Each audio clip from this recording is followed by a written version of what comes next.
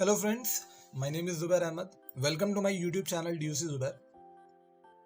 आज की इस वीडियो में पार्टनरशिप अकाउंट्स का चैप्टर फंडामेंटल्स ऑफ पार्टनरशिप, जिसकी मैं प्रीवियस कई वीडियो बना चुका हूं, आज एक और वीडियो उसी चैप्टर से रिलेटेड मैं आपके सामने रख रहा हूं।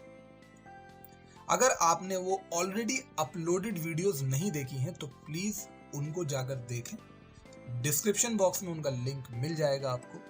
अगर आपको सिर्फ यही टॉपिक जो मैं आज डिस्कस करने जा रहा हूं, आप थंबनेल देख चुके हैं, अगर सिर्फ आपको वही टॉपिक समझना है तो आपको प्रीवियस वीडियोस देखने की जरूरत नहीं है। लेकिन आपको अगर पूरा कंप्लीट चैप्टर समझना है तरीके से प्रॉपरली, तो आप मेरी वो पुरानी वीडियोस देख सकते हैं। आपको जरूर बहुत अच्छी क्लैरिटी मिल जाएगी। इस टॉपिक को यानी इस वीडियो को शुरू करने से पहले मैं आपको इसके टॉपिक्स के बारे में ब्रीफ कर देता हूं कि कौन कौन से टॉपिक हम इस वीडियो में डिस्कस करेंगे। हम डिस्कस करेंगे appropriation of profit versus charge against profit and partnership deed.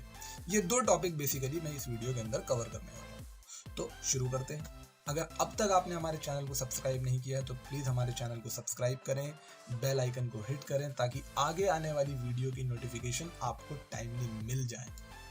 तो सबसे पहले टॉपिक हम डिस्कस करते हैं appropriation of profit versus charge against profit. इन दोनों के बीच में वर्सेस मैंने इस्तेमाल किया है, तो आपको एक बात क्लियर हो जानी चाहिए कि एप्रोप्रिएशन ऑफ प्रॉफिट और चार्ज अगेंस्ट प्रॉफिट के बीच में आप यहां पे डिफरेंस पढ़ने वाले हैं। तो बेटा देखो, इन दोनों में फर्क क्या है।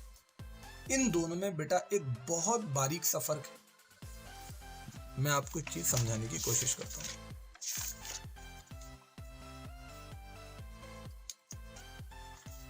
लेट सपोज मैं एक एक्सपेंस लिखता हूं, मैंने एक वर्ड लिखा एक्सपेंस। फर्म कहती है हमारे पास दो तरीके के एक्सपेंसेस हैं। हमारे पास दो तरीके के एक्सपेंस। एक ऐसा एक्सपेंस वो है, एक ऐसा एक्सपेंस जो फर्म को पे करना पड़ता है जब फर्म के पास सफिशिएंट प्रॉफिट होता है। फर्म कहती है कि ये एक ऐसा एक्सपेंस है जब फर्म के पास सफिशिएंट प्रॉफिट होगा ना, फर्म को वो तभी पे करना पड़ेगा। अच्छा, लेकिन कुछ एक्सपेंसेस ऐसे होते हैं चाहे सफिशिएंट प्रॉफिट हो या ना हो, सफिशिएंट प्रॉफिट हो या ना हो, फर्क नहीं पड़ता, हर हाल में पे करना पड़ेगा, हर हाल में डेबिट करना पड़ेगा। यानी दो तरीके के एक्सपेंस हैं, आपको मैंने क्लियर किया। पहला एक्सपेंस ऐसे बताया मैंने कि अगर प्रॉफिट सफिशिएंट है तो ही आप उसे पे करेंगे, तो ही आप उसे डेबिट करेंगे। लेकिन एक ऐसे भी एक्सपेंसेस होते हैं कि चाहे आपके पास सफिशिएंट प्रॉफिट हो या ना हो, फिर भी आपको डेबिट करना ही पड़ेगा। और तो और चाहे आप लॉस में ही क्यों ना हो, आपको डेबिट करना ही पड़ेगा। तो ऐसे एक्सपेंसेस जिनका प्रॉफिट से कोई लेना देना नहीं है, ऐसे सभी एक्सपेंसेस को कहा जाता है चार्ज अगेंस्ट प्रॉफिट। हाँ जी, क्या कहा जाता है? Charge against profit. लेकिन जो एक्सपेंसेस निर्भर करते हैं, डिपेंड करते हैं कि फर्म के पास प्रॉफिट होगा तो ही वो एक्सपेंस पे किया जाएगा, तो ऐसे सभी एक्सपेंसेस को कहा जाता है एप्रोप्रिएशन ऑफ प्रॉफिट। क्या कहा जाता है भाई? Appropriation of profits. बस इतनी सी ही बात है। यही बेसिक डिफरेंस है इन दोनों के बीच में, what is charge against profit और एप्रोप्रिएशन ऑफ प्रॉफिट। अब आप यहां पर डिफरेंस देख सकते हैं। अच्छा बेटा, आप लोगों को मालूम होगा पिछली वीडियोस में हम P&L एप्रोप्रिएशन के बारे में जिक्र कर चुके हैं, डिस्कस कर चुके हैं। अब आप मुझे बताएं, एक्सपेंस का नेचर होता है डेबिट। अब वो जो डेबिट है, एक्सपेंस का वो जो डेबिट नेचर है, अब वो किसी ना किसी अकाउंट में तो जाकर डेबिट होगा ही ना। अगर वो एप्रोप्रिएशन ऑफ प्रॉफिट है तो बताओ उसे कहां डेबिट होना चाहिए? उसे डेबिट होना चाहिए P&L एप्रोप्रिएशन अकाउंट में, क्योंकि अपने आप में ही नाम क्लियर है, P&L एप्रोप्रिएशन। तो जो एक्सपेंस एक तरीके का एप्रोप्रिएशन ऑफ प्रॉफिट है तो उसे कहां डेबिट होना चाहिए? P&L एप्रोप्रिएशन अकाउंट में। यानी एक बात ले देकर क्लियर है कि एप्रोप्रिएशन ऑफ प्रॉफिट के अंदर हम जो पढ़ रहे हैं उससे एक बात क्लियर हुई है कि P&L एप्रोप्रिएशन अकाउंट तभी प्रिपेयर किया जाएगा जब फर्म के पास प्रॉफिट होगा।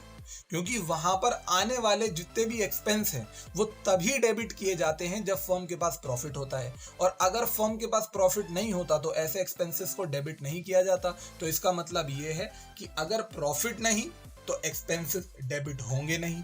अब जब एक्सपेंसेस डेबिट होंगे नहीं तो P&L एप्रोप्रिएशन अकाउंट बनाने की जरूरत ही नहीं। तो इसका मतलब क्लियर है कि एप्रोप्रिएशन ऑफ प्रॉफिट वाली आइटम्स को कहां डेबिट किया जाता है? P&L एप्रोप्रिएशन अकाउंट में। लेकिन जो आइटम चार्ज अगेंस्ट प्रॉफिट, यानी जो एक्सपेंसेस चार्ज अगेंस्ट प्रॉफिट के होते हैं, उनको डेबिट किया जाता है प्रॉफिट एंड लॉस अकाउंट में। कहां डेबिट किया जाता है भाई? प्रॉफिट एंड लॉस अकाउंट में। तो आपको एक बात क्लियर हो गई होगी।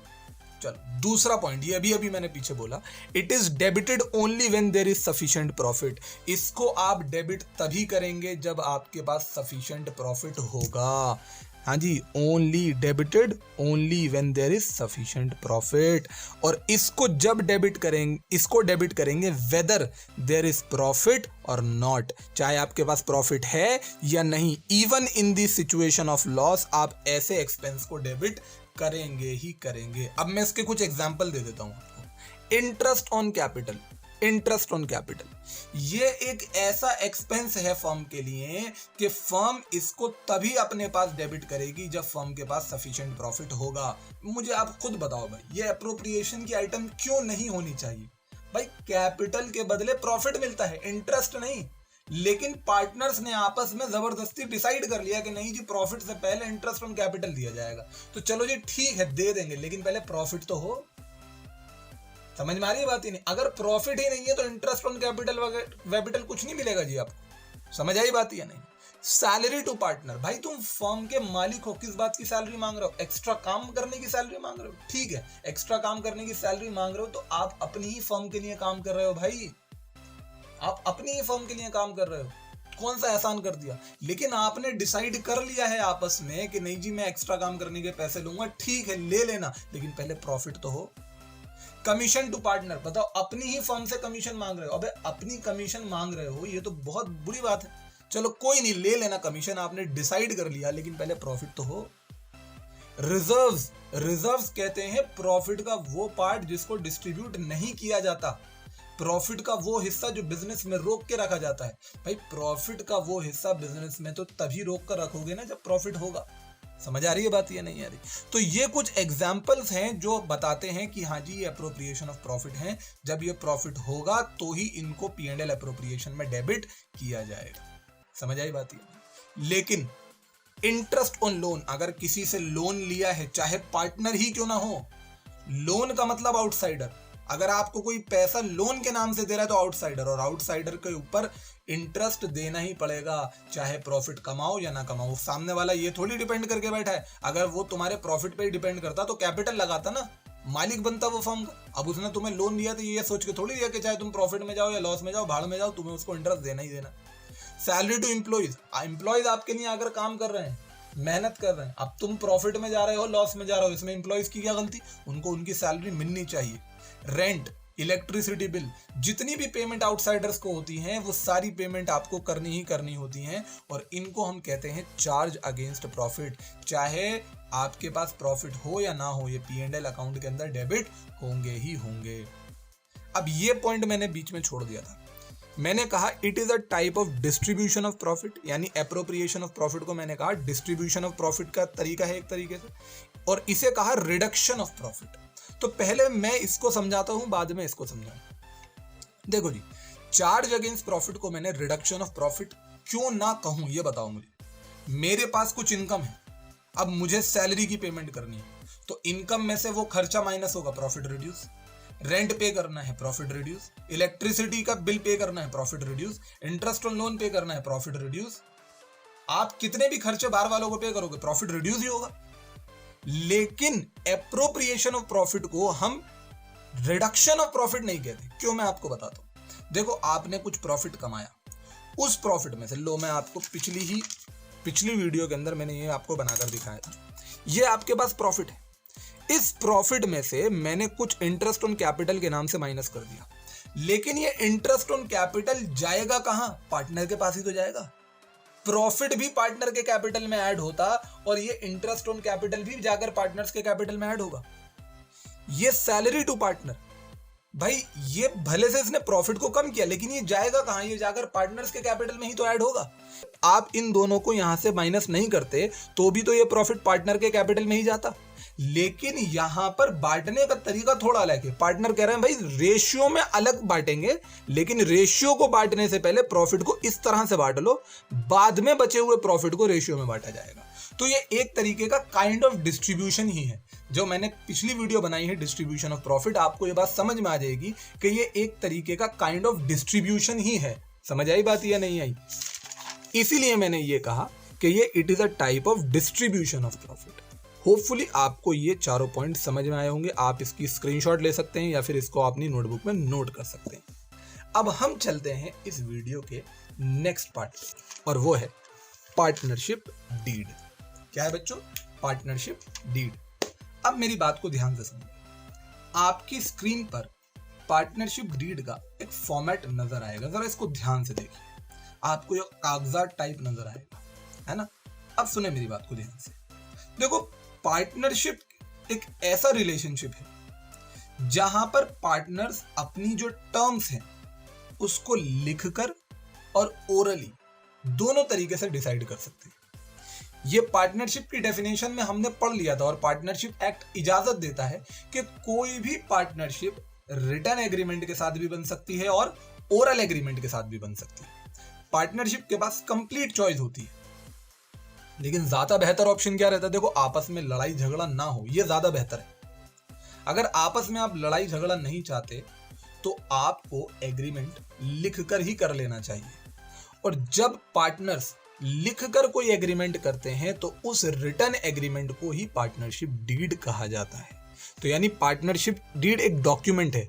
It is a return agreement between the partners. Partners के बीच में रिटर्न एग्रीमेंट को पार्टनरशिप डीड कहते हैं। अब मुझे एक बात बताओ, इस डीड में लिखा क्या होता है? इस डीड में बहुत सारी चीजें लिखी होती हैं। बेसिकली वो ये डिफाइन करती हैं पार्टनर्स के बीच का रिलेशन एक दूसरे के साथ कैसा है, कारोबारी रिलेशन, पार्टनर्स का आपस में कारोबारी रिलेशन किस तरीके से है। तो यही बात मैंने ये लिखी, it defines the relationship between the partners. आपने अगर मेरी सबसे फर्स्ट वीडियो देखी है तो आपके लिए ये समझना और ज्यादा आसान है। चलिए, अब इस पार्टनरशिप डीड का कंटेंट क्या होता है? मैंने अभी आपको एक पेज दिखाया, उस पेज पर कुछ कंटेंट की बात वहां पर लिखी हुई थी, हाईलाइटेड थे, जिसमें सबसे पहला, देखो आपको कंटेंट याद रखने की जरूरत नहीं है, कंटेंट ऑलरेडी आपको याद हो जाएगा। कैसे, मैं बताता हूँ। सबसे पहला, पार्टनरशिप फर्म का नाम। जाहिर सी बात है, आप फर्म बना रहे हो तो उसका कोई ना कोई नाम होगा। पार्टनर्स का नाम, जो उस पार्टनरशिप फर्म के पार्टनर्स हैं उनका नाम, फर्म का एड्रेस, पार्टनर्स का एड्रेस। अब ये देखो, ये जो बातें हैं ये बातें आपको पूरे चैप्टर में पढ़नी है, जैसे कि profit sharing ratio, interest on capital, interest on drawing. Interest on capital भी लिखा होता है और साथ में ये भी लिखा होता है कि किस रेट से इंटरेस्ट दिया जाएगा। इंटरेस्ट ऑन ड्राइंग्स की बात भी लिखी होती है और साथ में ये बात भी लिखी है कि किस रेट से इंटरेस्ट ऑन ड्राइंग दिया जाएगा। इंटरेस्ट ऑन पार्टनर्स लोन भी लिखा होता है और साथ में ये भी लिखा होता है कि किस रेट से इंटरेस्ट दिया जाएगा। सैलरी टू पार्टनर भी लिखी होती है और कितनी सैलरी दी जाएगी ये बात भी लिखी होती है। कमीशन टू पार्टनर, कि कमीशन दी जाएगी ये बात भी लिखी होती है और क्या परसेंट कमीशन दी जाएगी ये बात भी लिखी होती है। यानी ये सारी चीजें पार्टनर्स के आपस के रिलेशनशिप है, एटसेट्रा। और भी बहुत सी चीजें पार्टनरशिप डीड के अंदर लिखी हो सकती हैं। आपके लिए ये रेलेवेंट थी, इस वजह से मैंने यहाँ लिख के रख दी। सर ये 10 पॉइंट मुझे याद करने हैं। भाई देखो, एग्जाम के अंदर कंटेंट नहीं पूछा जाता, ठीक है, लेकिन फिर भी अगर आपको याद रखने तो आप याद रख सकते हैं। इसे याद रखना मुश्किल नहीं है। फर्म का नाम, पार्टनर्स का नाम, फर्म का एड्रेस, पार्टनर्स का एड्रेस, और ये चीजें तो, ये बाकी की 6 चीजें तो आप देख ही रहे हैं ना पीछे से, वही सारी की सारी चीजें मैंने लिख दी। आसान है याद रखना भी इनको। और एटसेट्रा, देखो बस ये मत समझना यही चीजें पार्टनरशिप डीड में होती हैं, बहुत सारी चीजें पार्टनरशिप डीड में हो सकती है। सर अब ये क्या लिख दिया आपने, ये क्या लिखा हुआ है नीचे, क्या मतलब है इसका? बेटा देखो, यही सबसे मेन टॉपिक है इस वीडियो का जो मुझे आपको समझाना है। देखो, आपको पता है पार्टनरशिप के ऊपर एक एक्ट एप्लीकेबल होता है। उस एक्ट का नाम है इंडियन पार्टनरशिप एक्ट 1932। उस एक्ट ने कुछ प्रोविजंस यानी कुछ कानून लिखे हैं, कुछ नियम लिखे हैं। उन नियम की चर्चा हम करने जा रहे हैं। अच्छा बेटा एक बात बताओ, कायदे से सोच समझ के बताना। Interest on capital, interest on capital, क्या पार्टनरशिप में पार्टनर्स को मिलना चाहिए?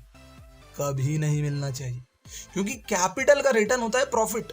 कैपिटल का रिटर्न होता है प्रॉफिट। अच्छा मान लो अगर पार्टनरशिप डीड प्रेजेंट नहीं है, यानी पार्टनरशिप डीड नहीं बनी हुई, एक ओरल एग्रीमेंट हुआ है, या फिर पार्टनरशिप डीड प्रेजेंट तो है लेकिन पार्टनरशिप डीड के अंदर इंटरेस्ट ऑन कैपिटल से रिलेटेड कोई भी बात नहीं लिखी हुई, और बहुत सी बातें लिखी हुई हैं लेकिन इंटरेस्ट ऑन कैपिटल से रिलेटेड कोई भी बात नहीं लिखी हुई।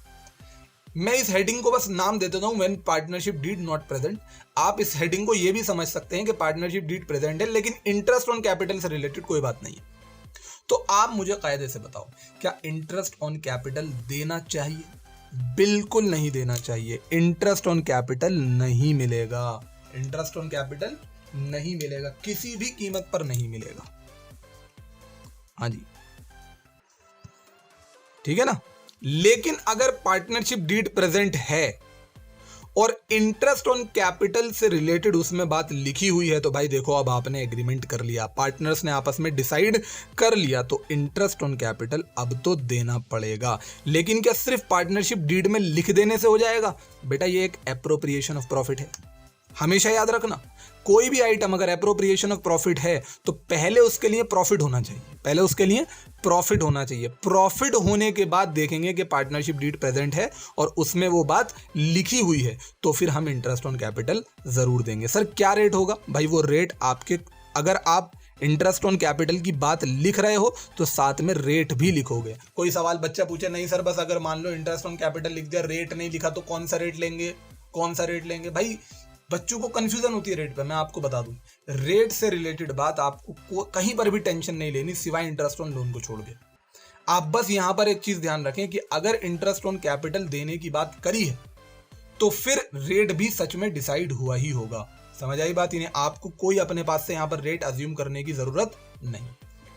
चलो जी, इंटरेस्ट ऑन ड्रॉइंग्स, अपना ही पैसा बिजनेस से निकाल लिया तो उसके ऊपर फर्म को इंटरेस्ट देना जरूरी है क्या? ये क्या बेवकूफी है भाई? मेरा पैसा है, मैंने बिजनेस में लगाया था, प्रॉफिट कमाया, प्रॉफिट का कुछ हिस्सा मैं बिजनेस से बाहर ले गया।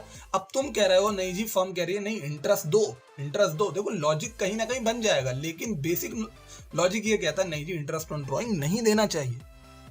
अब मान लो पार्टनरशिप डीड प्रेजेंट नहीं है, या फिर पार्टनरशिप डीड प्रेजेंट है लेकिन उसमें ये क्लॉज लिखा हुआ नहीं है, तो क्या firm interest on drawing partner से ले सकती है? बिल्कुल नहीं ले सकती, बिल्कुल नहीं ले सकती। लेकिन अगर ये बात पार्टनरशिप डीड में लिखी हुई हो, पार्टनरशिप डीड प्रेजेंट है और उसमें ये बात लिखी हुई भी है, तो फिर तो भाई इंटरेस्ट ऑन ड्रॉइंग देना पड़ेगा। किस रेट पे देना पड़ेगा? एग्रीड रेट पर।